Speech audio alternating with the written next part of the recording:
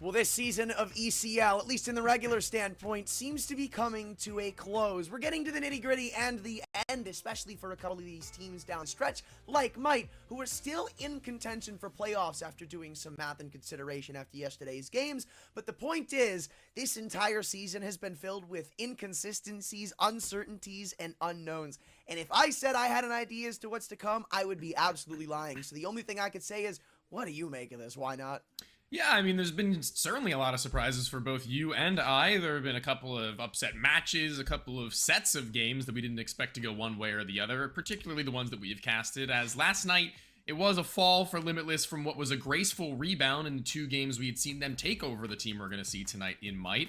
But maybe it's not all it's chalked up to be for all these teams all the time. Maybe it's just a little bit of a spurt of that energy that might die down, but so far the one thing that has remained consistent enough has been Mythic, who has seemingly played out almost, if not all of their matches for the season, and they finish at the top with 9 wins, 7 losses. It's nothing too dominant, but it's also nothing to put your nose up at. And the thing is, right, like that's pretty much locked them into a playoff spot. Now, I'm a little shaky about Mythic because they come out of the gate swinging. They looked really good. I believe at one time they were something like 6-2 and like topping the group by a pretty wide margin, even though some other teams hadn't played. But as the season really progressed, we started to see some shaky spurts. We saw them drop a map to Limitless. We saw them get 0-2'd in really bad stead to Wildcard. And that grip they once had over what could have been a really convincing group has very much so loosened. Now, again, they should be locked into playoffs. To my understanding, there is really no way they don't make a postseason berth. However, I'm still not entirely sold, right? Like, this isn't exactly the breakout Mythic team that it felt like we were seeing at the beginning of the season, so I'm going to keep a close eye on them personally. But there's other teams in the mix who honestly still have a legitimate chance. In fact, if I'm not mistaken, technically nobody's counted out of this just yet. It's just the problem of a lot of teams still having to play a lot of games, one of which is Party Astronauts, who I like what they've put together. They've had to delay a couple of games. Their roster looks nice, and they look strong. 6-2 is nothing to scoff at, and it kind of shows how competitive this group is because the 2 maps they lost were to another 6-2 team Nouns who've also struggled in some games. So I really don't know what to make of this. Yeah, it is definitely interesting, and the thing for this season, at the very least, I'm not actually positive how the last seasons have produced. It's 10 teams that make it through. 10 teams that go through out of the 15.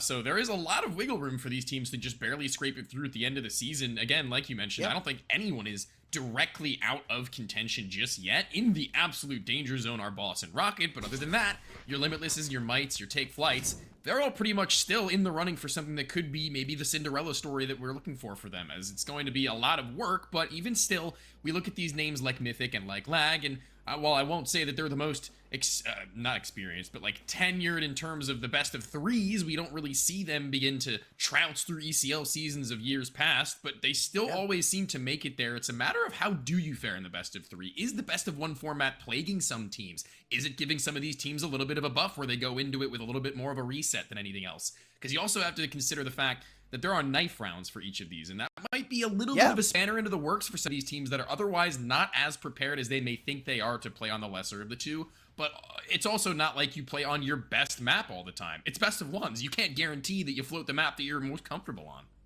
And that's what really makes this very difficult to predict, because best of 1s are upset central. There really is no, like, guaranteed winner of any of these. And I'd even say it's still difficult to predict of these teams which ones are going to be, like, kicking it in the best of 3. I don't even think we've talked about our teams for the night that much. We haven't, right? I mean, we made a quick mention of Party Astronauts, but the point is, like, there's never been anything like consistent or dominant out of any team in ECL this season, which may sound bad, but it's really a good thing. It shows how competitive things truly are. There's triangles almost everywhere you look where you see like your potential top dogs, like the people you would expect to be topping these groups, like NRG, like, I mean, prior M80, like Party Astronauts, who are still struggling and are still dropping maps to people that arguably they shouldn't be dropping maps to. It's either A, accredited to the maybe potential best of 1s that we just got over, or B, the skill floor of this region improving significantly. Yeah, and there are so many games going on tonight, Anthran. I think that there are 4 or 5 games running. As we take a look at the schedule, we can see how those are going to unfold. We can see who will be face-to-face in just about 5 minutes' time, as it is going to be Party Astronauts and Might, Carpe Diem versus Take Flight, and then not on broadcast, but still being played, are One More and Limitless,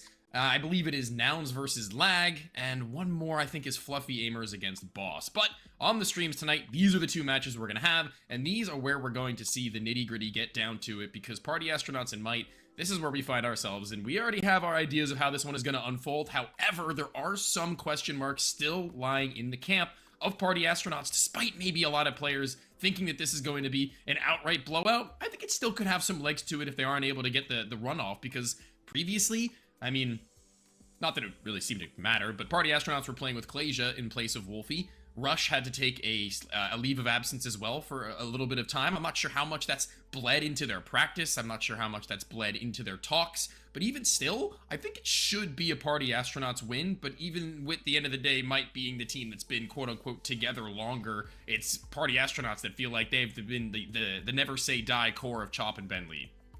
So I kind of agree with you, but the problem that I've seen recently with Might is the fact that on paper, this team is so deadly. This looks like it could be like a contender in this entire bracket, but they're on a 5-game losing streak. Things haven't looked good. In the server, it's been very, very messy, and even though there's only been a handful of games since the last time we saw them, I believe, against, I actually don't know if we caught the Limitless one, but I know we saw NRG. It looked ugly, right? Like, and it's no disrespect to Limitless, but like expecting with all of these, all of the talent there is on this team, it's not a squad I would expect to drop to Limitless, who honestly weren't even playing like their peak Counter-Strike on that given day. This is a team that has struggled, that hasn't meshed well, in my opinion, and is struggling to adapt in the server. It feels like they get off to good starts. We saw that a couple of times where they take early leads, maybe win pistols, go up 3-4-0, and then just drop off a clip, never to be found again. And I want to give them the benefit of the doubt. Really, you do, because you say it yourself, right? There's a lot of question marks for Party Astronauts between Rush, between Wolfie, between players having to take a step back or being thrown into the active lineup. But the point is, the deck is stacked against Might here, it feels like. So I actually have a question for you, like an unprompted question. So when you look at this Might team, right? You look at these names, what do you actually think of the core of this roster? And then I can bounce back off of you after the fact. I mean, I like it, right? Like, DJ's been a sick player to watch for what feels like forever now. I've loved the addition of Scar, him coming up and finally getting his chance in ECL, I believe, 2 seasons ago. Nifty, obviously, he's not what he used to be, but he's still, like, a very experienced player in the scene. Like, he's got that top-level knowledge. And then, you know, I like Snakes, and then Dan's is farming. Like, this feels like on paper it should be an amazing team, but something's just not clicking. Yeah, and I don't mean to be that guy. I think we've had this discourse, at least many people have been having this discourse for the last couple of seasons. It's the fact that Nifty really hasn't been looking all that great individually. He's their AWP player, their primary. The calling, honestly, hasn't really looked that bad. I can't really say that there's anything glaring in terms of the issues. I think that they have their little hiccups on maps like Anubis, which are, albeit not really a map that he can be all too familiar with, as it has come into the map pool at the same time that he came back. He had a lot to reacclimate to being out of Counter-Strike for as long as he was. But even still, I think that there's definitely a gap in terms of his individual level that we need to see rise. Because as the in-game leader, you can get away with some of these numbers, but as the player that you're putting a lot of investment in financially in a lot of the rounds where you need the money, where you need the utility, where you need the opening pick, that's where Nifty needs to be there, and we haven't really seen that a whole lot compared to a lot of the uppers in the season. And it's not even just that, it's the fact that we've been shown time and time again, teams without oppers don't work. It's not a working formula. It's not something you can go around with. So the fact that Nifty isn't seemingly as reliable at getting these opening picks, at being that impact fragger, again, you give him some benefit of the doubt because he's the IGL, as you already said, but it's the fact that he's in such an impact position and not really performing that kind of starts to turn an eager eye to him. DJ and Dan's, I think they are kind of pulling the weight for this team right now, but it still needs something, right? Snakes, he looked good for a couple of games. It's been iffy. He's been here nor there. I look at Nifty, right? That's the case in point. That's the guy you look at. That's who you want to see start to step up next. And so far he hasn't. And until that happens, it's hard to see this team having any significant success because, as we've already mentioned, the game plan feels a little bit out of order. It feels like they're not entirely on the same page at points. It doesn't really feel like they're up to par with quick responses and such as some of the other teams in ECL. And one big thing that I feel like is going around in ECL this season is a lot of teams who have cores that aren't necessarily like your simples, but they're really good at playing with each other on the fly. They're really good at making those snap-second decisions and moving in the chaos that it doesn't feel might have been able to manage. And it's really starting to pull them below the pack, and they're drowning, right? Like, we talk about teams that really need to start putting numbers on the board wins-wise. Might is one of them. Oh, man, it's Overpass. Yeah, I was gonna say, Overpass is gonna be interesting, man. Like, this is one of those maps you can see some individuals flourish, especially players like Nifty. I'm into it. But we also saw their Overpass against NRG, so that's the first thing that comes into my mind, where they got blown out by NRG, which just looked like the same game plan but executed better. Yeah, I'm in for this. I think that Party Astronauts are actually probably, in my opinion, one of the best, if not the best, Overpass team in the entirety of ECL for my money. Having seen them play against a couple of these teams off stream when I wasn't casting them, watching them kind of just break down the map bit by bit, especially when they had Pone alone. Obviously, he made his way out before this season had began, or just barely into it. But even still, they looked like they were like a well-oiled machine with a lot of agency. They were allowed to take these fights, and it was always calculated. It wasn't something that was just like, okay, I'm gonna go peek here. It was a flashbang for it, the fall away smoke, the player in support, and if he needed to fall away, there was always somebody holding behind him. It felt really, really strong in comparison to an Overpass cobbled together by a lot of other teams that I felt a little bit rushed watching, but I do like to see that might have some semblance of I guess maybe confidence going into this one if they're going to let that one float by. Well, this is going to have to look like an entirely different team if we want to see something competitive here. They got 13-1 last time we watched, right? Right, that's the big problem. That's what's on the back of my mind right now. Like, I keep talking about how really the house always winning when it comes to Might versus them, and the matter of fact is, there's not a lot to go off of on this map that's good. Like, the last time they played this map was NRG. They haven't played it in the rest of the season. It's not looked amazing, but who's to say they don't put in some extra work in the offline? I really don't know. Like, I just don't know how vastly this team is going to improve, because you and I saw them a couple of different times this season. I believe we saw their opening game versus Mythic, where it kind of looked like the same static game plan. We saw their game against NRG, where it looked like the same static game plan. And then the very following week, or actually I think it was maybe the very following day, we saw the same thing against Limitless. And that's the problem here. Track record shows it's not going to change. Match is going to be paused for just a second. Something I want to make note of, because I haven't gotten to cast Party Astronauts yet, is that Rush used to be a pretty decent demon on Overpass, to be honest, back in the day when they used to run that on Optic and even into Cloud9. He was really one of the guys you would look at, primarily because of, obviously, as a spry young North American buck, as an aggressive rifler typically. He was able to take a lot of those duels, and that's where you're going to see the limelight shine on an individual, because right now Rush returning to Counter-Strike, having taken that little bit of a break from the performance coach perspective, he sees this new game break down, and maybe, just maybe, we'll see a new version of Rush in a game that I personally feel like might sound like I'm talking out of my rear end, but favors his aim style as a peak individual. Well, this is a lot of on paper, but now we need to see the in execution portion, where so far it's just Wolfie and Nifty going tit for tat, shot for shot, nobody connecting, but info given both ways. And Party Astronauts keep it calm. Nothing too sporadic, nothing crazy, just walking into what seems to be rather basic map control to take, nobody out long, and that's exactly where the bomb is going, so it's going to encourage this A-sided attack with a little bit of defensive utility, but not a ton. Itty bitty bit. Time, not exactly ticking down by any stretch, but I think Might are going to get a good idea of what's happening now. They can't really be too worried about a B-pop. I feel like it would have happened by this stage of the game, but a shot between the eyes to Nifty is going to be a pretty hard name to drop, because DJ's forced all the way to the jump up, nobody able to get back into it, and while they do have a flash, he's going to need his teammates to actually get somewhere, and as they do send one up through Con, one will join him soon, but Will that Flash even get the chance to send anybody into a favorable fight? Position they've known. Now they can crunch him down. He doesn't really have anybody to bail him out, so he's going to have to do it himself. Cannot, and Dance might have set them up for the retake 4v4. Oh, and they know that both players are coming from the flank. Now, the fact is, even though that Sexy fell, he can tell them there's 2 players coming from Khan. He knows. He heard one in short. He got killed by Dan's in the front of bathrooms. This should be all under wraps. An extra kill from Rush. And it looks like everything's in the green checkboxes for the party astronauts. Dan's, do as he may, it's not going to amass very much. An opening pistol goes the way of TA. Correct me if I'm wrong. You might have seen it or heard it before I did, but I don't think they even got the flashbang off before the players were peeking through that CT smoke. There was a body already phasing through by the time that they had gotten it out, and he'd already died. It didn't really matter because they had already seen him. Wouldn't have done him any good, but even still, that little bit of a hiccup might come back to bite them in a major way, as they do force back, as is the CT side economy, a cruel mistress to where you kind of have no other option at stage in it, knowing that party astronauts can still be reset. That might give you a little bit of hope on a map like this, where the anti-eco conversions sometimes do get a little bit scuffed, I will say.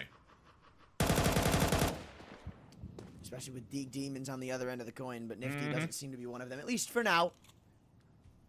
As an easy opener goes the way of Sexy. They'll continue their escapades up and on. So far, Might don't seem to have any care in the world for constricting it. So, shouldn't be much more of a discussion in this round. Rotations aren't even coming through just yet. Obviously, there's plenty of time, but it almost kind of feels like they're hoping party astronauts are going to come back down B, though eventually they'll have to commit to one of these stacks, one way or the other, whether it's A or B. I don't think splitting up your defenses right now is going to give you any chance. Probably not. Has to be a pretty decent toss of a body into the fire. Oh my. Okay, and DJ rears his head around that long corner, and 60 is no more. Great aim to take down the highest rated for the team, I believe, in the last 3 months.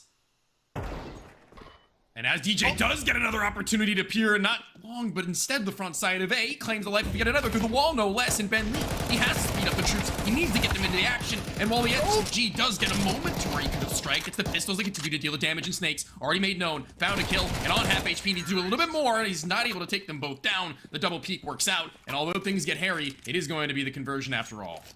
This is what I'm talking about, though. Party astronauts in the middle of that chaotic situation. When that second headshot comes through from DJ, it's calm, it's cool, it's collected. They know what each other want to do when they go up and start pathing into the site. Spacing's a little awkward, but they still make sure all of their bases are covered. Yes, it does rely on them winning a couple of aim duels, but that's the best case situation you're going to put yourselves in there. And Party astronauts manage it very, very well. You said it, though. Anti-ecos can get messy, and that was far from clean. Definitely. Those Deegs, though, absolutely beautiful coming out from DJ. Man, with the Deagle in this round, though, is Dance, and you've seen him do some nasty things in games prior, and this angle is one that really betrays really betrays the T side in general on this map. It's not really one you're going to be looking out for, to be completely honest with you, and I want to see how it pans out, as Nifty does make known of the player down low. I doubt Chop goes any farther without anybody else by his side. And that's the problem, right? Because now Chop is essentially going to get this data for free or not, just barely doesn't catch the head off of the jump spot. Maybe some info soon to be gathered. No, he still didn't see it, so this is a lot of free real estate, though they finally disassemble the boost and give it up.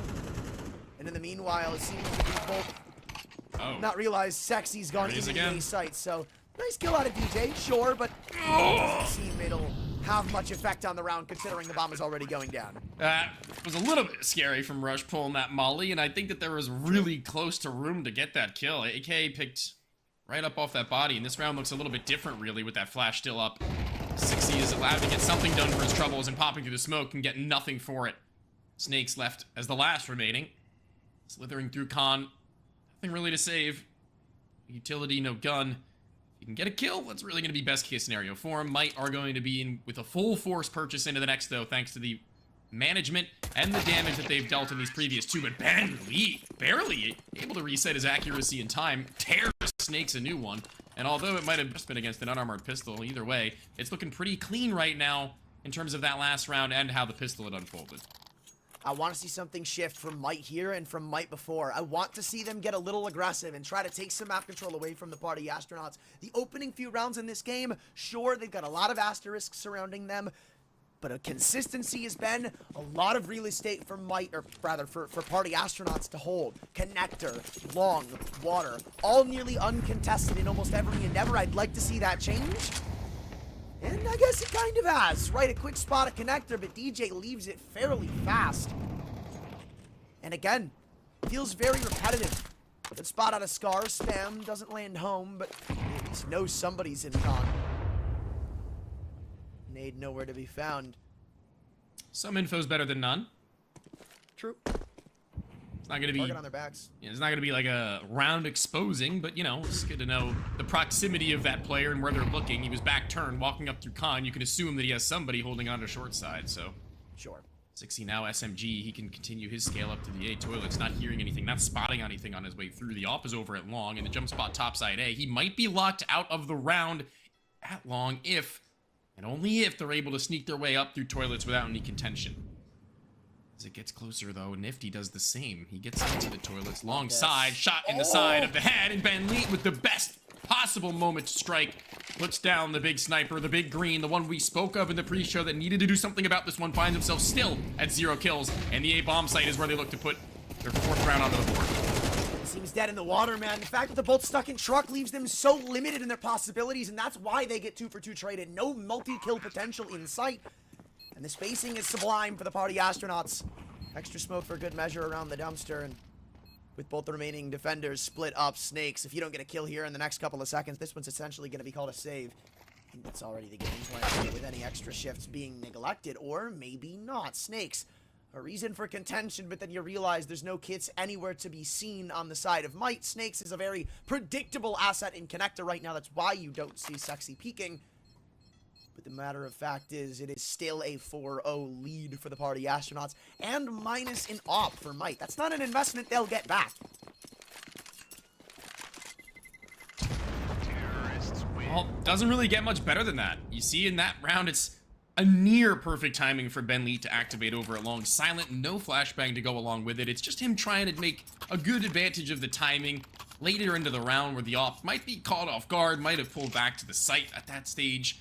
It's a high-risk, high-reward play that does grant them not only the maneuver in to take out the sniper rifle, but them being so far pushed up towards one of the Toilets means an A-side execute is going to be probably one of the easiest decisions they'll ever make in Counter-Strike as a T-side. When you know that there's only one more player in that site at most, and you've dealt with the heaviest hitter, in terms of how much money that you've invested in them, it's a no-brainer. Taking control now up against the team with just 2 rifles, a couple of pistols, and not really a whole lot of utility, but the utility that they had is not going to be expended. Instead, Snake's blind is taken down, and the B site is looking soft, but definitely not left vacant. I love the audacity of Sexy to just walk up and find that pick after so much liberty is given to him. But Party Astronauts aren't going to do anything off of it. Instead, they realize a 4-on-4 isn't exactly what they're looking for. So they reset the situation just a little bit, with still a player in water. This is something that they aren't entirely sure about. And it's not the fact that DJ was here with a gun, but it's the fact that he knows they weren't, though. Eventually, Ben Lee creeps back in and gives him what he was looking for, a fight.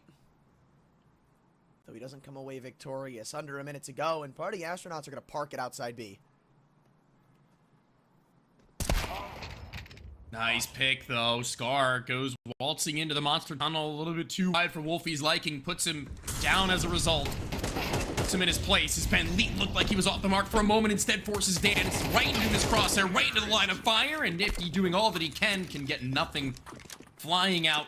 Ben Lee will claim his triple kill, claim a 5th round. And now, with another buyback night, let's see something on this CT side start to mount up, because Party Astronauts is the team that has the most amount of wins on it. It's going to be an overpass shutout at this rate. A mercy rule needing to be put into effect if we continue to see plays like this from PA. And with again the season starting to dwindle to a close, isn't exactly how you'd want to be going out. Obviously, we've seen other teams start their comeback calls in a category somewhat worse than this. Oh, Nifty, though, is stuck in the open. Chop gets a free pick. Nobody's there to support him. Weren't ready for the speed nor the pace. Chop looking for a second as the head is given to him off of Snakes. And I don't think you want to be backing away if you're Dan's. He was eager to get this advantage back, but biting off way more than he can chew just by saying he's going to re-aggress. But Chop is ready. Not ready enough. Only damage is the nades looking to catch them on the retreat, doubling down on Scar. It's only a scratch, but still a 4-on-5 with extra chip on it. Nobody actually directly in the A-bomb site yet. Eventually, they'll send somebody up towards Bank. They might have had a timing to where if 60 was a little bit more quick to it, he might have been able to hit pop into that site, clear it out, and call it good. But now they've got a little bit more on their plate in terms of investigation to get through as the B-bomb site. They know there were two there. Spotted on that double swing from the fight at short side earlier on, and now might really just have a guessing game of their own to play. How many do they dedicate to that B-bomb site in the later stages? It's Dance, who's already relatively low, so it makes sense that he's got a teammate by his side going on the recon mission, though, dropping off the top of the railing, and we rush to capitalize off the maneuverment? I tried putting two words together. Maneuverment. It's DJ only able to just stare into the utility as it burns and plumes in his eyes. Only hope to get away with this stage because he's got a player already wrapping through the back.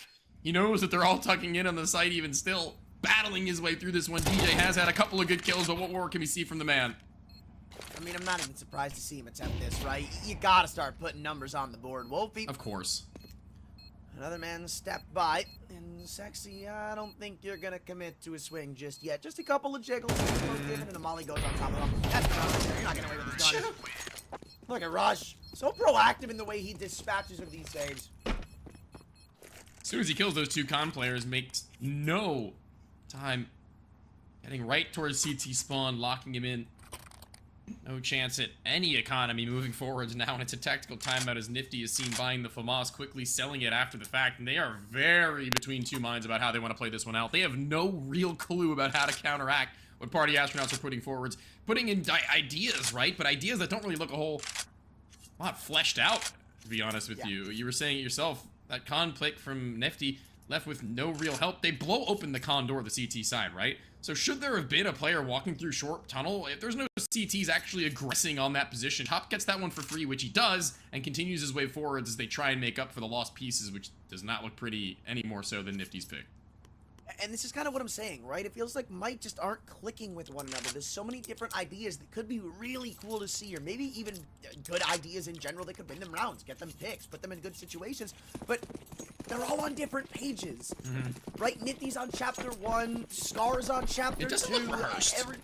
Right. It's like trying to put together a play, and it's like the first day where everybody just got their script, but they're not really used to it yet. That's what it looks like. Everybody's scared to go in off of their queue. Oh. First deep shot missed, gives up the gamble with them making this a all-out brawl on the fountain push. Couple of kills? No, nothing in response just yet. In fact, no rebuttal at all. And Dan's assumed that this was their great ace in the hole, this 4-man fountain push. Maybe you get 1 or 2 kills, get a couple of guns, and make a chaotic round out of it, but no. There's actually real potential for that to go extremely haywire. You see 60 is not only caught off guard, but blinded for a long time, no less. It's Ben Lee who has to just continue to swip back and forth, left and right, and find 3 of the 4 kills between the two of them. 60's not even able to put a bullet into any of the players until he's unblinded, and Ben Lee's already cleaned up the crew. So again, a moment of weakness from Party Astronauts, still not able to find anything off of it. It's gonna feel like a real battle from here on out if you're not able to even collect onto one of those, and Dance is just sitting, having to wait out a 40-second bomb timer. The team better be talking in the dead chat right now, because something needs to change, and it needs to change now. And look at again how that round plays out. It almost feels like they're on 2 separate audio cues again, where that flash comes in, right, as you said it, right, Ben Lee was fully blind. That had the No, 60 was fully blind. 60 was fully blind. Sexy was fully blind. Ben Lee was the one isolated, but the point is, you see the players from the bathroom side swing in together, and then the long players don't come in with them. One by one after? Trying to take with the fight, right? And that's the problem. It's the all lack of cohesion that seems like it's killing this team sometimes. All good. Here, Pre-game. literally. 007. James Bond is among us. Didn't have to do that to him. I feel like it needs to be said. It's really not acceptable. You're right. To be completely honest with you. Coming from the captain and Opper, the strategies look a little bit mismatched in this game thus far in terms of the cohesion, the fallback, the protocol. Things set in place look decent in essence, in theory, but following the execution which you were speaking of earlier on, it hasn't really come together as a whole picture. Nifty now getting a chance at the top side of the fountain up against a solo rifle, playing on his lonesome Wolfie. He'll be able to do the same, but it's going to be a much tighter shot if anybody goes for the jump spot. Not the case just yet, but as things continue to develop, 3 players towards A, will they succeed? No, they'll just send Nifty back and he can regroup it long, and maybe, just maybe, they can gain enough information to be able to set piece their round off the back of a gamble. I like this time it's a bit of a different approach, though, from Might. They've opted to be a little more aggressive with the way they're holding on to bathrooms, and I think that's a big step in the right direction. Not giving up this space for free, kind of making them earn it just a little bit more, even if it's so much as a jiggle like this. Nifty gets the information, doesn't need to stick around to commit. He can flash for himself, and he's even got a teammate here to help him. Dry as ever, and the smoke eventually blooms with damage on a Nifty. They'll call it a day. And in comes this Crossfire's potential success. Star. Walking through the smoke, and you're right, Rush. Good answer back, and he's got potential for the kill on Nifty, too. Remember how low he was taken early on, but he's still the one trying to find a vacancy in the bathrooms. Kills go back and forth, but DJ, him being taken is a big loss to incur. Steps right into the lion's den. Sexy instead lets Nifty walk into him. Sights open for now as you've got a very spry Dams trying to get back in and plug the hole that's quickly been taken. 14 seconds to go. There's real potential to this scam in the right direction, and he can really make a round out of it, but no.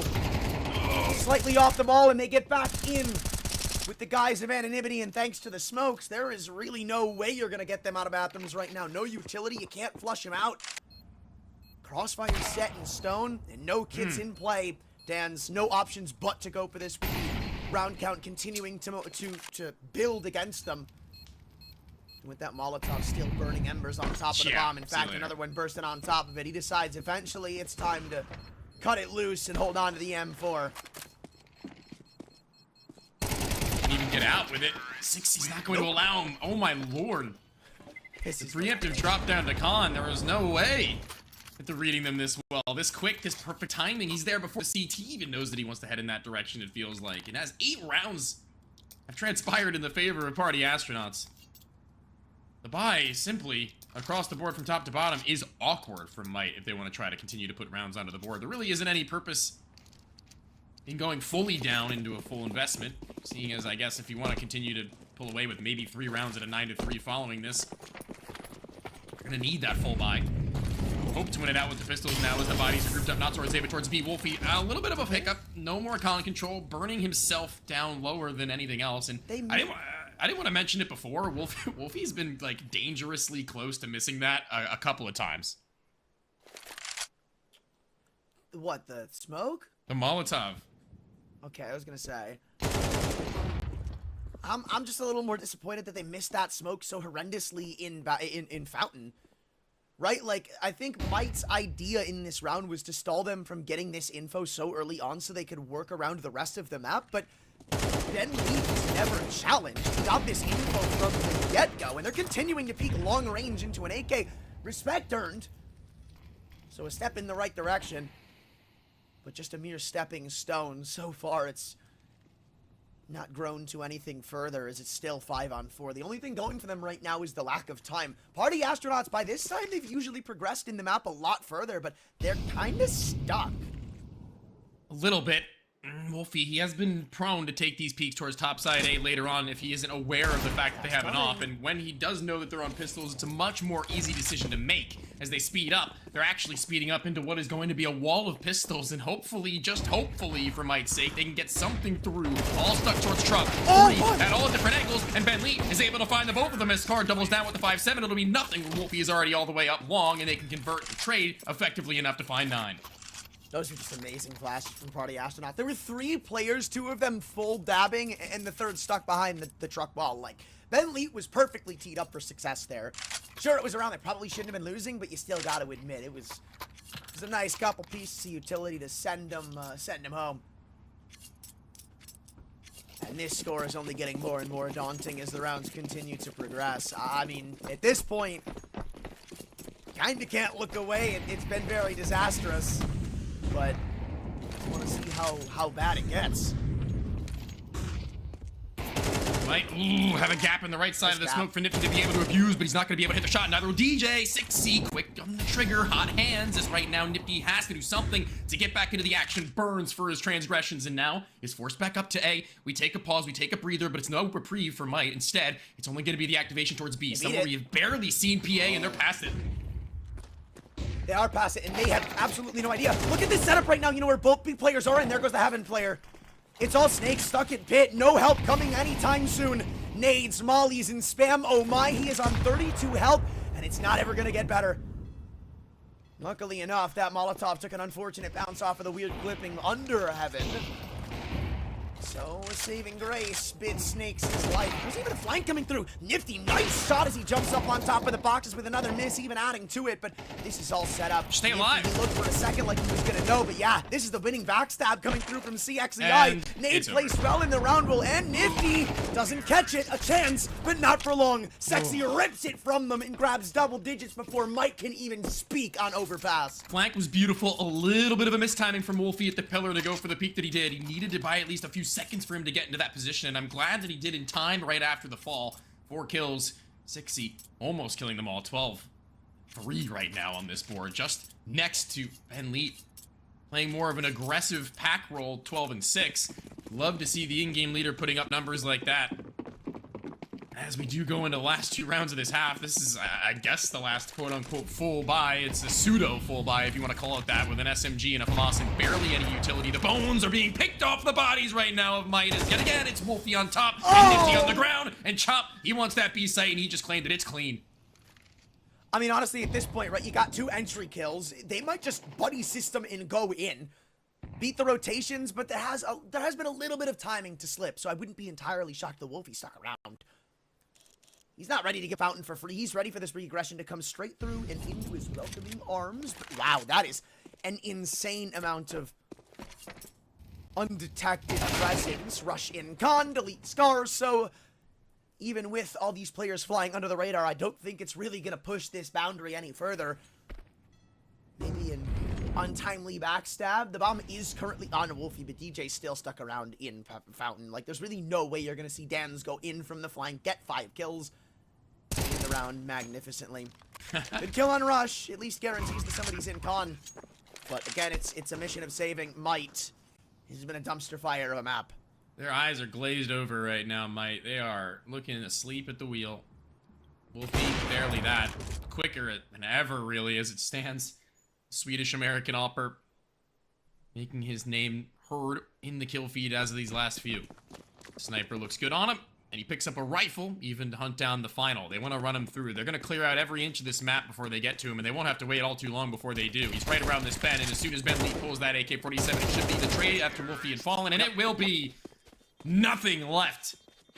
Everything stripped from the bodies of Might, as this game is nearing a similar fate to the last time you and I had seen them on it. Maybe even a worse one. Eventually someone had to say it, man. I mean, you're right. And look at the guns coming into this last round, dude. Like, it just goes to show how bad this has truly looked.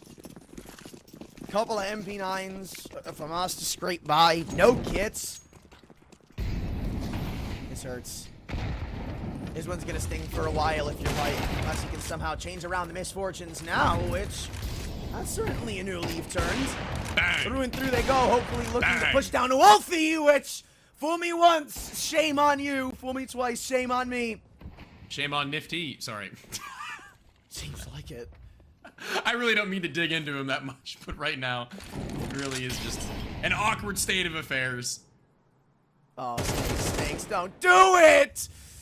The only help right now is the fact that Dan's is still in water, but he's gonna be cleared. Like, they're gonna check out the smoke. Oh Sexy's my God. literally staring at him. Kill comes through, but it doesn't matter. Trey's right behind him. Sight's there. Scar's on the other side of the world.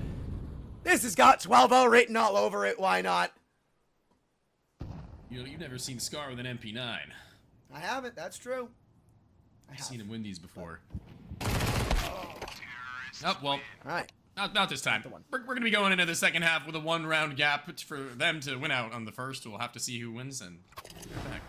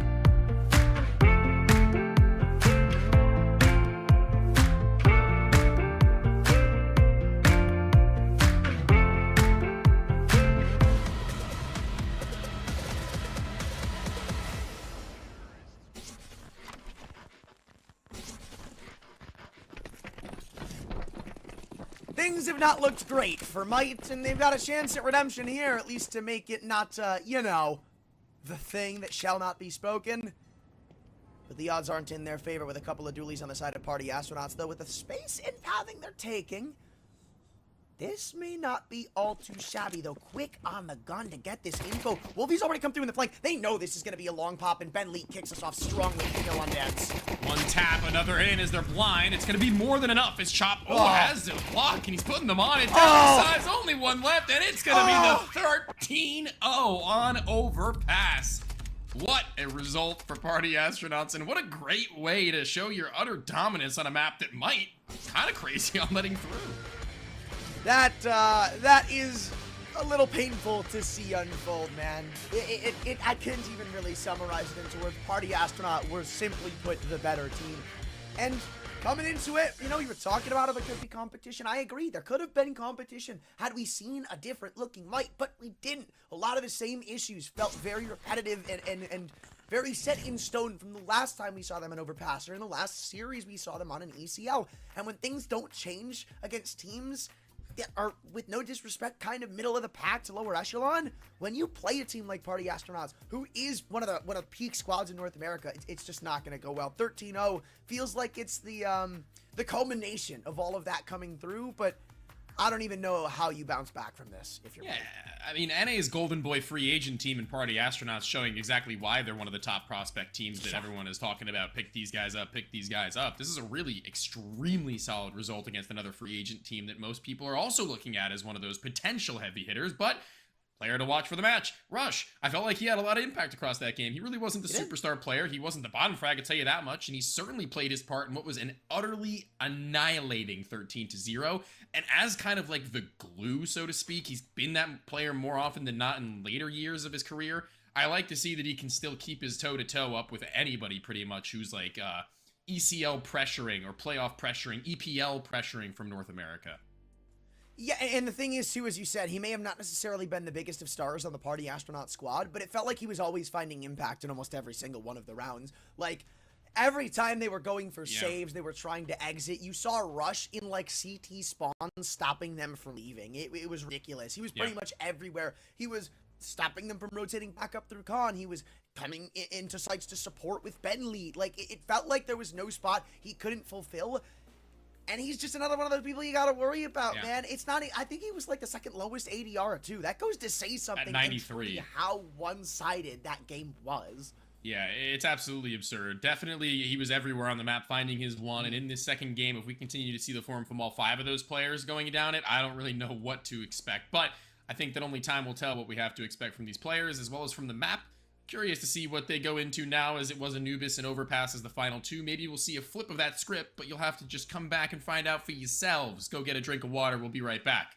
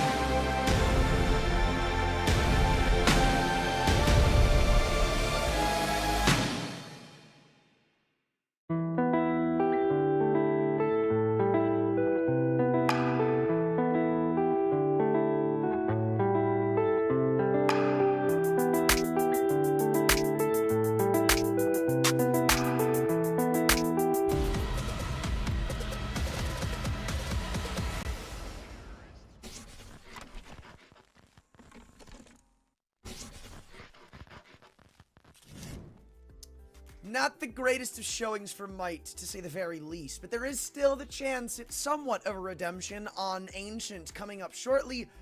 I have no idea what to expect out of Might. My hopes are low, unfortunately, but the bar really can't get much lower, as mean as that kind of sounds. It was quite the dumpster fire on Overpass. Yeah, it didn't look like the prettiest game from them, and it certainly looked pretty great from the side of PA. I can't really put much down on them. They looked like they were ready at every point to just fundamentally break down the other team systematically at every given turn. I mean, they had the players in the right positions, and they had the right timings. The executes were good. Reads were even better. I think Ben Lee really just put on display about how he puts together his team, as considering he was actually one of their better individual performers on that one. I think he was top 2. True. It really goes a lot to say his position in these setups where he knows what he has to get done has proven really, really well. I think you look at Ancient, and that's one of PA's best maps as well. A 69% win rate in the last 3 months. I think it was 7 maps that they played on it, and it's looked really, really good just in general across the board from them. Their map pool is pretty well rounded. A lot of these maps that a lot of teams do and don't play are some of their forte, and I think that this is kind of where they kind of shine in comparison to the rest of North American Counter-Strike as a free agent team, and it really displays that they mean business. Yeah, right. It's not just a one-man army in Ben Lead. It's really everybody coming to form here. We saw moments out of everybody where it's like there are some people out of this pack that you might pick out is maybe not on par with some of the others. But the fact is, I loved everybody's role in that map. I loved how good they looked. I loved how calm they looked at every moment. It felt like Party Astronauts were ready to make a move to something of far beyond what Might were ready for. And I mean, with the record they've got, right, they're sitting at 7-2. Even if they were to drop this map, they're pretty much a lock for playoffs or postseason at this point, which is no real surprise considering the team in the banner that this is. It feels like North America would be missing if this isn't a team that we saw at the top of this bracket. Again, Party Astronauts, we've talked about it a couple of times, how they're one of those free agent teams that everybody's always saying, man, we got to pick them up. We got to see them get ordered. We got to see them overseas or maybe more opportunities. Well, playing like this, that's what's gonna get you there. Man, oh man. Oh, quickly into this second of 2 maps. It's fast cave play as Chop wastes no time getting up into the faces of the CTs. Has players behind him going through the smoke. There are 3 players on the other side. Dinked accidentally is one of them, and it's going to be finished off. Eventually, Rush does catch DJ with his back turned, and everything from then on should be a cakewalk, seeing as that stack on the top of one another has gotten the high HP players swept away. Only 2 remain, and Scar is in the red. And I don't even know if it's really worth saving at this point, right? Like, that armor is going to be chunked down. Dan's is the only one with armor worth saving. You are nowhere near this kit just yet. You have to fight to it.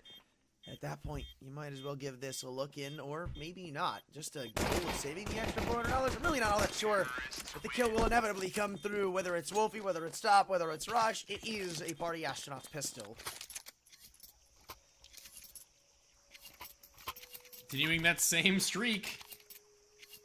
Great look, even still. Nothing too complicated either. A pretty standard pistol round play, but the pace of Chop getting that far into cave by the time the CTs had even arrived to the front side of the site speaks volumes to the currently neck above and beyond game plan put forth by Party Astronauts that really, again, hasn't looked like Glaive levels of running, but certainly well-composed team of 5. A team that's been broken apart considerably from their pretty consistent look as, what was, I think, 4 of the 5 players having played together for so very long. You'd think it would have taken a little bit longer before they hit that honeymoon, but they're hitting their stride right here and right now with the 5 they've cobbled up together as of this season.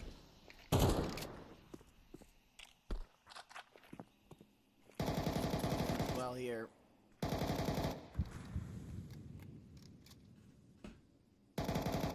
So far, not much happening. Party Astronauts just, again, chill around B ramp. Waiting for the initial sets of utility to dissipate. There's not a lot to go around for Mice. They have to be sparse with how they continue to ration this out around the board. Molly, I actually don't know why my brain told me that was for Might. But nonetheless, it's not like Party Astronauts are hiding their soon-to-be route of approach. Flashback engaged, mistimed, and it even was missed on top of that.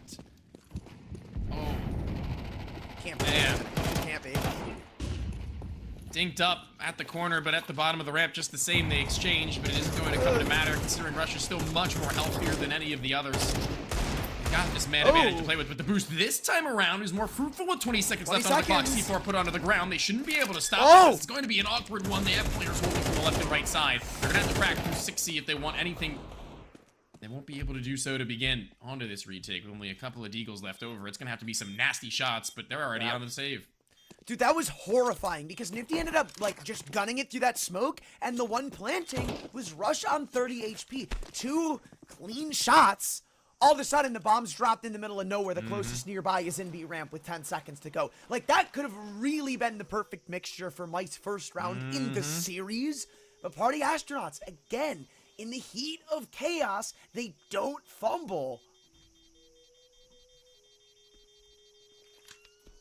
Do not yield in the face of adversity. In a round that feels like it's tighter than in reality it was. Certainly could have gone haywire. Shows some pretty good composure from Party Astronauts too, as this buy is going to be lesser than the last. You can continue to convert these rounds and build upon what is now a 15-round consecutive stretch here on Ancient. They've looked just as potent as they did previously on Overpass. I'm unsure as to who won out on this knife round for the map, but I can't say that PA don't look comfortable at every given turn. Pistols with only a couple of nades to toss down. It's going to be at B more than anything else as they look to prone into A. It's once again a perfect call. Little does Ben Leet know, nobody's home. Party Astronauts are slicing through them right now, whether it's via kills, via game plan, via calls. It's just, man, it's perfect. This will be another round that's uncontentious for Might. I'd imagine there's going to be some last hoorah of just trying to take some guns out of enemy hands. As you enter the first rifle, these unarmored deagles, the even armored deagles aren't really going to give you all that much. But they don't seem too hot off the presses to try and do so. I mean, finally taking the fight in mid with only half of the timer ticked. Getting these guns is another issue. I don't know how close they'll come to it, but they are doing respectably well at keeping keeping T's stuck in this site for the time being, in the bomb radius, in the blast zone, so to speak. But not for long enough for it to matter. Quick 3-0 start again for the Party Astronauts. And even some BM for good measure out of Wolfie.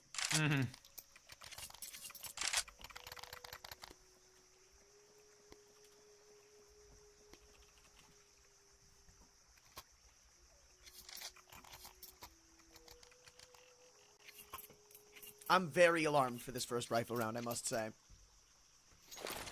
Yeah. I'm reserving my thoughts. Sure. You'll know them. For now, I keep them to myself as it's good mid-utility encounter. This is what you'll see in a typical map theory for Ancient to be able to deny from both sides. It is going to be the CT stumped more than anything else, though. Chop, not able to get inside of the cave, but the Molly will force and flush anybody out who was inside for a moment, though. As Dance looks to be able to maybe get a kill onto the shelf players as he smokes off bottom mid once again. He's alone, though, and that's going to be the biggest issue. This round seems like it has a war of utility written all over it. Whoever holds the most going into the final few seconds, final execute, is, I think, really going to come out ahead. Artillery be damned. That well-placed Molly is going to put DJ in a lot of turmoil. Even spotting out that there's at least 2 players at the cave entrance is a big deal. Ooh, good nade. To try and chip down snakes. I like where your head's at, but a one-shot to the it was almost, you know. 89 HP, big one brain shot to plays. Galil. Yeah. The one Galil on the board. Yeah. Is that actually true? I thought Galil was 88. They have 2 players without any head armor, I noticed now, actually. So the Galil and the MAC-10 might have more to say into this round than we may even believe. It might come down to the wire if those 2 guns are head-to-head, but I want to see the fact that they have no utility left on the CT side come into play sooner than anything else, because the T side, too, have nothing really left. A singular smoke. That's their last Molly. I don't know if I like that. They didn't entirely wait for the utility to be thrown at Party Astronauts. They do have to commit to B, but the thing is, there's no counter utility to stop them in. The timer, yeah, but every single time the time is gone low. Hasn't really mattered at all. What? Again, they manage it well every single time. Party Astronauts, I don't know how on God's green earth they are ahead of the curve every single time, but they're doing it flawlessly. This is a clutch for Dance that would put them on the map. It's not undoable. Chop is low, and his position is only being held by one. It's Ben Lee, the first found, half HP, and he's got a piece of utility that he tucks at him immediately. And now with 60 having the AWP, it should be a done deal. Bomb planted for him. No kit on the waistline of Dance. This is going to be a fall away. Another round of fourth. Party Astronauts losing bodies towards the end, but in the bomb site take itself, looking as tight as it did on the time, it was beautiful. Again, I don't like that molly. I mean, time and time again now, Party Astronauts have shown that they are going to manage the timer. They don't care if there's 20 seconds left and they're going into an execute. Their things are going to be in order as they were again. And if you're Might, it feels like this round is a difference of waiting like 2 or 3 seconds to throw that Molotov to confirm that there will be people coming through. Buy a little more time for that rotation. Get a little better set up. Get a little more info. Instead, the last molly on Scar is just kind of thrown on a whim. The timer's running low, put the pressure on, but they're not going to be pressured. Well, I mean, it gets a little bit awkward in the late stages of these rounds in general, and being the only rifle in the server and walking it out into mid and dying to 6C is going to make it a lot easier of a read for Party Astronauts to play from then on. 2 players, bottom side, rifle retrieved. But DJ is stuck out on an island inside of the cave. If he's able to get something done with this gun, it might be something to work with, but it's a deagle in this spot. Not an ideal position for that weapon, I must say. The 5.7, much more potent and less expensive, might I add. True. Eagle, and you shall receive. Nifty.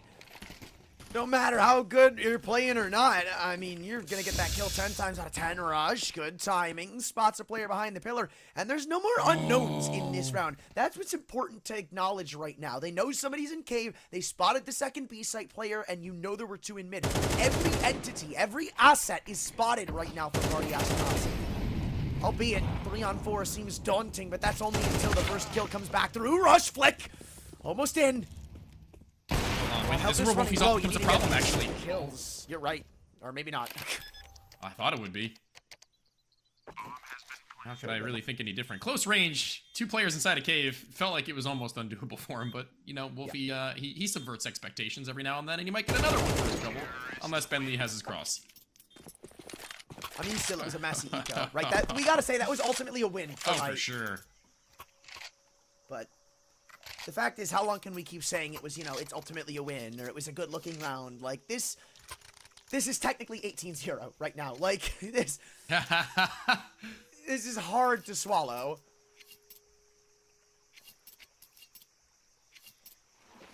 Oof. A little bit of an oopsie daisy from Party Astronauts, a slip, if you will, but they do not fall. Managed to keep themselves stable. Best round we'll see in terms of utility from the CTs all game to this point, to this extent. Oh! 2 turning away from one another, and it's mid clean for free. 2 players into the ground, and DJ, what can you do? Rush on the other end, a flash to the ramp, but it's not there. They look to end. It's instead going to be the cutoff as info is gained. 6C knows now there's at least one towards that A site, and there are 3 alive. You can cut your losses and play for one or the other. They have got great info on these rotations, Nifty's fully exposed. This is weird, because, like, you know that DJ's on B, you know that Nifty's on A. It is quite literally a pick your poison moment. It doesn't matter, right? Like, DJ is so low. Oh, wait, no, Wolfie has the op. This actually may not matter in the inverse, because if you miss a shot, you're not going to get that back. Party Astronauts, this was their round. Do not forget that. Did everything right, but it seems like Nifty's doing it better. Split up again. A rare misstep from the Party Astronauts. But it should still be a plant in the end from Wolfie. And the one with health right now is Nifty. Not exactly who you want it to be on, but we'll soon see. An engagement. Oh, dangerous. Of a lifetime. No way! What? Nifty just turned, and he went back in to Wolfie's barrel. A heartbreaking finish. EJ has an AK and he's spamming CT spawn, and Nifty thinks it's a T on the flank. He turns around, not aware, and it's going to cost them. He had the perfect play. And how can you fault either of them, to be completely honest with you? It's DJ who's trying to give them the timing after the bomb plant to maybe get a kill through. And Nifty, how can he react any differently, getting shot right behind, it sounds like?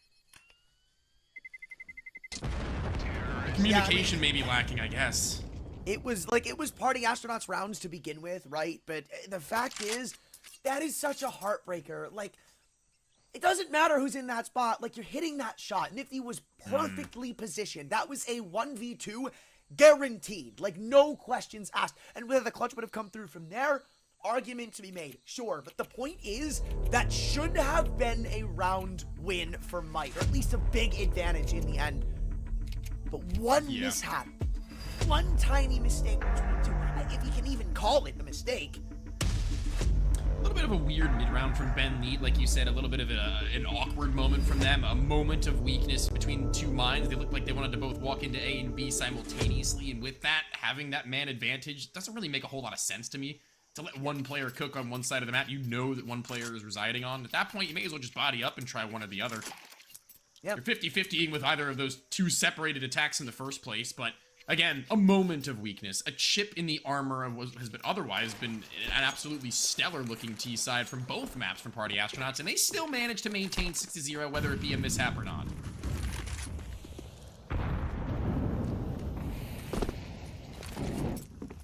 Yeah, but this has looked like a legitimate game for Might. 6-0, I don't know if it really paints the whole story. It's been far more competitive, and I am happy to see it, but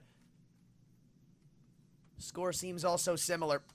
And again, the A site's left wide open. Party Astronauts, you'd think after this much decimation, it would look a bit repetitive in some of these rounds, but it's all unique, man. We haven't seen them go out with a round like this.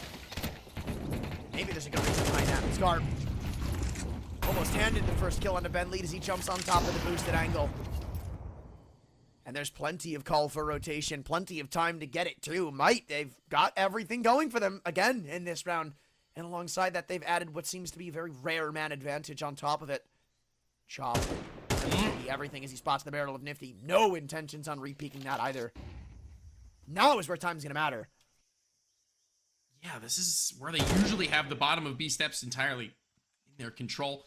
That order at the front side of A main, ready to pop through the mid. Pressure from the CTs is going to be well timed, I thought. It looked like it was going to be good, but 6C perfectly positions his crosshair, expecting that to be the case. And they fall flat. They get no kills. The man advantage soon turns into one disadvantage. This time is still low enough to where maybe there can be something to be said, but not when 6C is on the case. A stellar round to find 3 in the A bomb slate is briefly taking, all thanks to him in the round as well. With all 4 collected, a 7th round, and they can do no wrong. It's invaluable right now for the Party Astronauts, man. Like, they're eating these rifles up like it's candy. I really don't know what to say. What can you? Like, again, you can pick and prod that round for Might and be like, yeah, they should have flashed here. Yeah, the spacing was poor here. Yeah, you probably shouldn't have readdressed here. But, like, moral of the story is, Party Astronauts are checking every box. It's shots hit. It's perfect spacing. It's perfect timing on the ideas. Perfect execution. It's unironically almost like Might are playing for the strategies of PA. I don't know how to word that any better. God, you know what dude? I mean? Dude, screw that. Look at Sexy. He's literally going to win the round. Of course. I know it seems like a stretch. The round is quite literally done. Unless they waltz into these pistols stacked too far spread, which they have in Chop. I like how he backs up from that. He expects them to be walking in. What else are they supposed to do? Nifty not even able to get away! It's not even the round-winning flank either. Like, Sexy's about to walk into A, find both kills score free. It's just like, bro, what do you do? Dismantled. Dismantled! Utterly dismantled. These guys went to boot camp and learned how to take apart the gun, but the gun is Might. And to help with putting it back together. I just don't know what to say, man. This is just absolutely incredible. I have not casted a single CS2 game like this. It's just preponderancy right now from Party Astronauts. That's a big word. Can you explain it to me? It's layman's terms. Can you Google it and then explain it to me? Another way of saying domination. Okay. Come on now. I was trying to sound smart. We got our SAT words vocab. Breaking out the old books and breaking out the off of the B-side. Oh! Wolfie on a near miss. Looked like he had that one just about, but him being so low, I like the confidence to go for the late boost. Now he can zone. Now he can try and find one on the low HP as it were, but that nade sent over the top, nearly finishing the job. Not quite. He still stands, but Party Astronaut once again sends 60 on this walk through a smoke. No, Nifty back turn, and the A site is free. It's again, dude, it's just sexy. It's just him. It's just him. Oh, man. I don't understand, man. Okay, maybe. Hold on. Nope, never mind. Benleet's like, yeah, you know, sexy, you did good. Let me pick up where you left off. They've got nades still this T side too. That's true. That smoke is gonna be pretty much everything. I was gonna say, where's this CT smoke? Are they gonna just go without it? That is criminal. A little bit. And they go, oh, no, wait. Oh, my God. No, wait, hold on. All good. Why not? Why not? Oh, are we gonna see it? The player to watch? Need a player to watch, or, right? Yeah. No, yeah, they got it!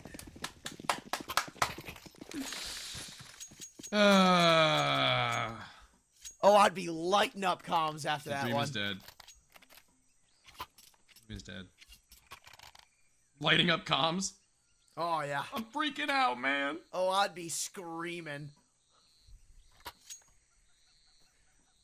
So, Full yeah. H-box pop off, stand up, scream, run around my room. 8 is all they get moment. Oh, for sure. 8 is all they get. We're back, boys. Woo! We're so back. We're so heckin' back. Oh my lord, dude. To the chorus, my friend. There is so much utility thrown in the first, like, 20 seconds. It's actually a little mind-boggling. Like, this was, I think, a full buy for Might. Well, obviously, but utility-wise, it was almost fun, everybody. And we're 30 seconds into the round. Dance has nothing. DJ's on a flash. Nifty has no molly or a nade. But 60's got an 8K. Sexy things, bro. Alright. He's just a cheat code. He's just a cheat code, man. That's really all it is. Hold on. Kills actually don't come through it. And you've still got Scar in front of this smoke, which they want to capitalize on before Nifty gets here, and they will. That's a little bit crazy from Benleet, though, knowing he was rotating over from the A site, expecting the AWP to be slow to it, and Wolfie's out in the middle of no man's land as well. The smoke fades, and Nifty is ready for the flick. A big win. The second, third, and fourth kills, albeit, but better late than never at this juncture of the game. You need him to start having these rounds. There's Nifty. We're calling upon him in the pregame. There he is. Found him. Up until this round, I believe he was dead last in the series. But now it's time for a wake-up call. 8 is all they get.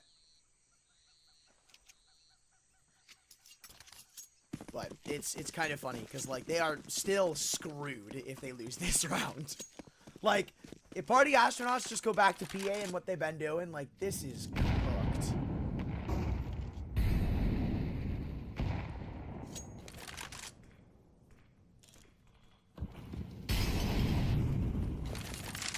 Well, this is, again, 60 trying to find something in mid on his lonesome, but actually joined by Benleet. This might be a recipe for success. I like to see now that he's got a buddy. The system might pay off from what has looked like a great duo from both maps 1 now into map 2. Benleet has not been a superstar, but he's given the light over to CXCI as he passes that torch. He's picked it up with absolute elegance. Wolfie's op has been just as important in this game thus far, but a minute left onto this clock. Utility already sent down, but the spam through sent the way of Scar is a lot stronger of a force to have to be reckoned with, as there are still 2 left over. A blind 60 is still a dangerous one, and although DJ remains, it's Dance shot through the smoke that keeps them at a 3v3. Hey, at least numbers are even for now, but when Rush gets his grubby mitts on it, it won't be for very long, Dance. Not even take us out of that molly. I'm a little surprised, but not like Might are hiding their route of reapproach, and I think still at this juncture you kind of have to be going for rounds like this, 3-on-2s, situations that aren't entirely unwinnable, but stretch of the imagination are favoring Gone. Dan's might just be on a retrieval or swinging into Wolfie's cold-blooded off for a 9th.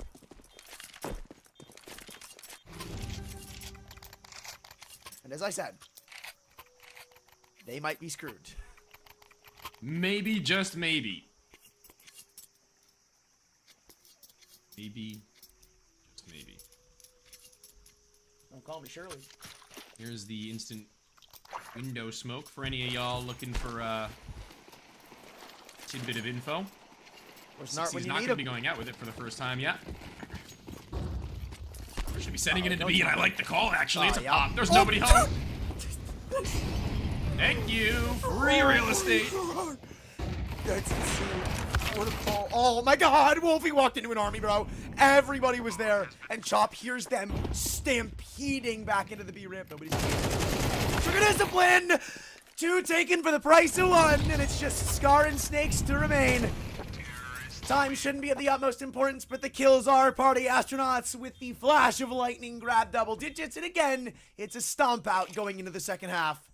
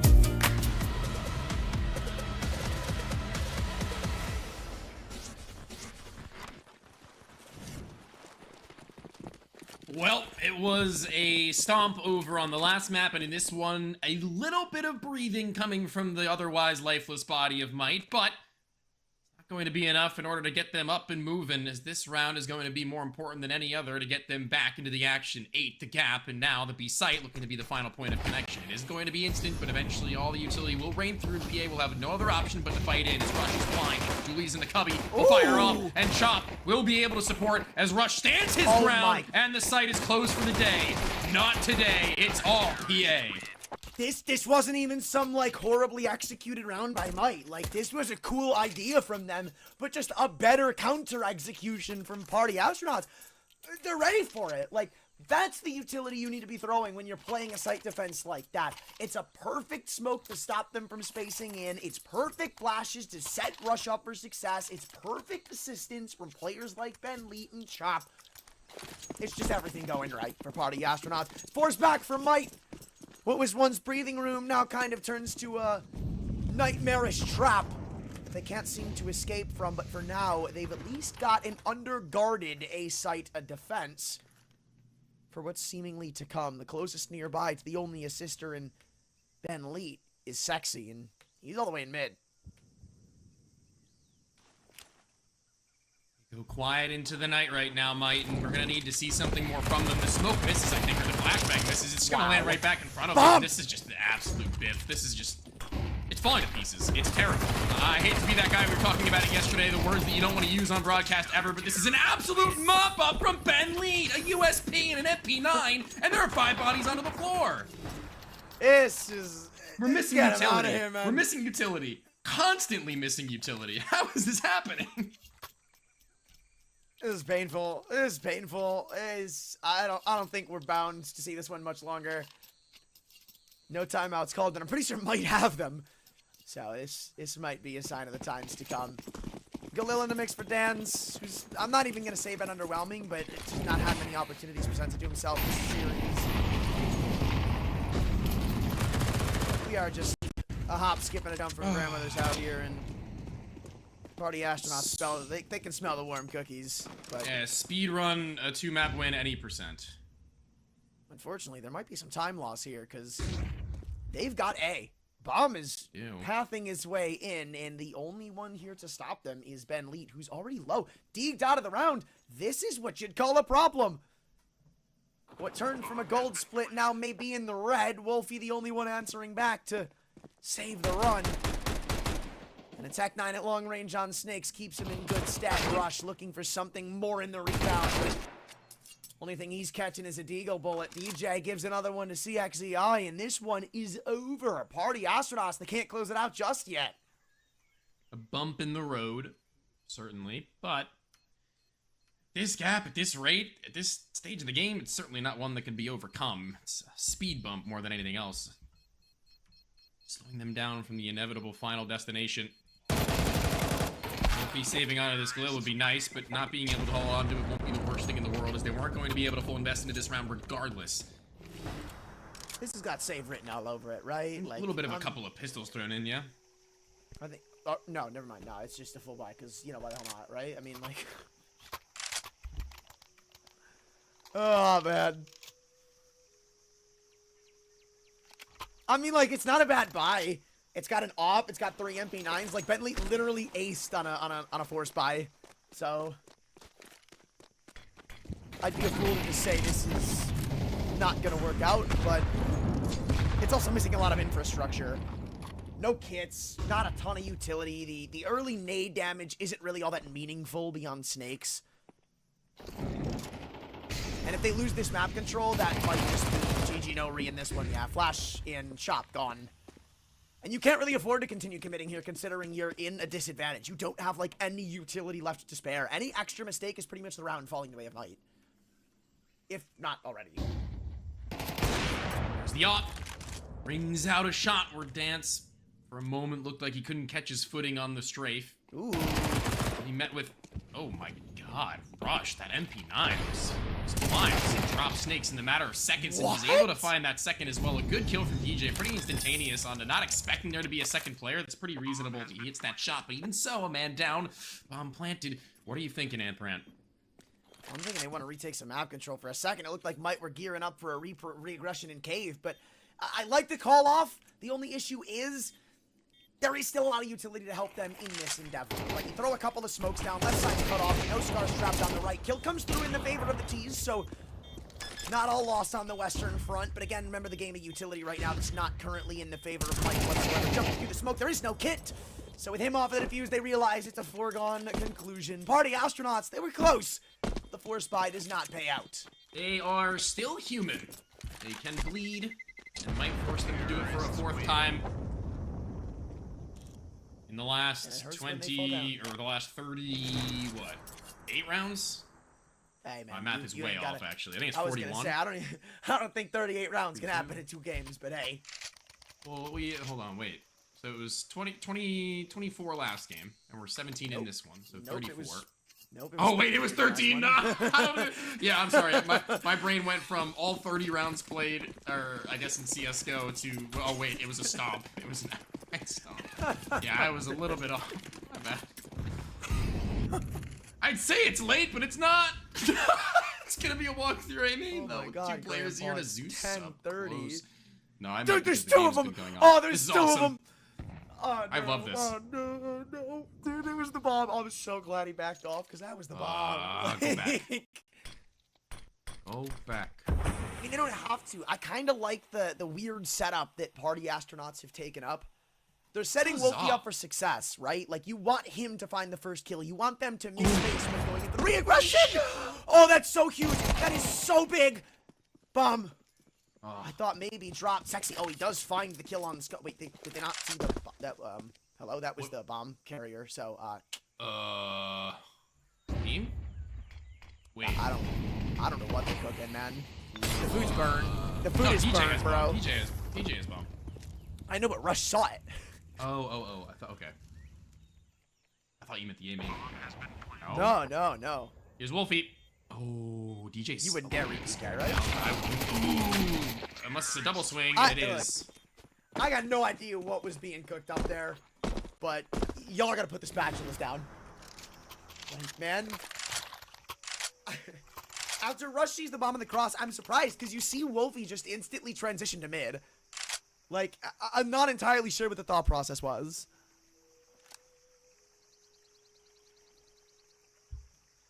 But it's good enough to keep Might alive. Yeah. And that's what's important. Why are they force buying? It's not a force. Wolfie has $150. Yeah, he can. I was gonna say he could buy something like an MP9 in the next if you really want. I don't know. He sold it. Okay. Oh, and maybe not a next round. I don't know. This has got bad news written all over it, and they're still going into the B ramp. Isolated kill, untradeable asset. They're just gonna keep drop here, and look at this. Oh my god, Wolfie. They're already through on the flank. Wolfie, any sort of distraction whatsoever, utility whatsoever, distraction to players in cave, it doesn't matter. Even die to the fire, that's better than giving us a for free. Ben Lee, oh my god, he used the world on his shoulders. Bomb spotted, Geek's coming in. This might be done. A 3-on-2. Extra damage coming through in friendly fire. But guns litter the floor for pretty much anybody who wants them. Chop, I love this. He just sits around in B, waiting for them to make the next move, but he won't hear them creep into cave, and there's no world where they transition back to B ramp. So this is an open avenue that right now Might are taking full advantage of, and Chop isn't going to dare jiggle. He can't afford to. He's the only prong in this B approach. Amender Molly clearing out the site, seeing nobody around. They can only assume now that there's one at the bottom of the ramp. The player who'd walked through earlier on and an MP9 picked up. Not the greatest weapon for the job, but he needs to await the arrival of Rush and Wolfie. They're already having 2 into this round. The swing towards long with only the 1 is going to be almost instantaneously reverted, as it is going to be the 1 man on a mission with HP. Not really enough to support it as he's taking shots to the shoulder. It's the SMG onto the swing, and they get it done. Why are they force buying, you ask? And they answer with a resounding 13th and a second map win consecutively. They take Ancient. Dude, it's not even a force buy, man. It's a save. Like, it was a force buy on Wolfie. He misbought, he sold it back, and then beyond like 2 MP9s, that was just pistols. Party Astronauts, like, you can say it's a bump in the road at the end, but in reality, it's them letting off the gas, it feels like, because when they snapped back in and when they got serious, there was no stopping this team, and I just don't know what the answer would have been there for Mike. There were a lot of series we've seen them play over in ECL where it's like, yeah, you know, it kind of feels like they're slow to the changes. They're slow to adapting. I'm not entirely a fan of the way they're playing these advantages, going for map control. Here, it just literally felt like they got skill difference. I don't know what to say. Party Astronauts just roll them. Not really a whole hell of a lot to say. There's no really breaking down a whole lot, but the things that you can say is that utility was missing, positioning was off. the protocols between these players in the middle of these rounds and the plays they wanted to make felt like they were almost like on two different pages, as you had mentioned, over on Overpass. And that's something that if you want to be an ECL team, let alone a top ECL team, you can't really afford to see. And it's unfortunate, but our man of the match, Rush, also didn't have too crazy of a game. But you know what? I don't really think he had to do a whole hell of a lot in either of these two. And he was still, he was still there. He was still kicking. He was alive. And honestly, in that last round, he was the most important piece. 2, 5, 7 kills. He ended the game positive at like 11 and 9, I think it was, or maybe even 13 or 12 or 13. But either way, a good performance from everybody across the board, top to bottom, PA. Yeah, the thing is, it's like, again, you said it. It's not like Rush performed badly. It was just the CXEI and Chop Shop. Like, there was nothing else than that. Like, you would literally see CXEI run out mid, find 2 kills, lurk through a house and just win the round. Like, it always felt like he was dipping his toe in the water in, like, CT spawn or something again. And this is something that Party Astronauts are now consistently doing, where they're getting info across the map on almost every player. Like, everybody's having really good initiative and impacts to where, like, if Party Astronauts need something, they have so many different routes they can go with to get that information, to get this man advantage back, to take a round back into their favor, to get post-plant space. Like, it's not just one guy, it's a whole effort. Like, one guy is who's emphasized in some maps because sometimes it's just going to work really well for CXEI. He's going to see a lot of timings. They're going to abuse it the most. But, like, it's not limited to him. It's not limited to anybody on Party Astronauts.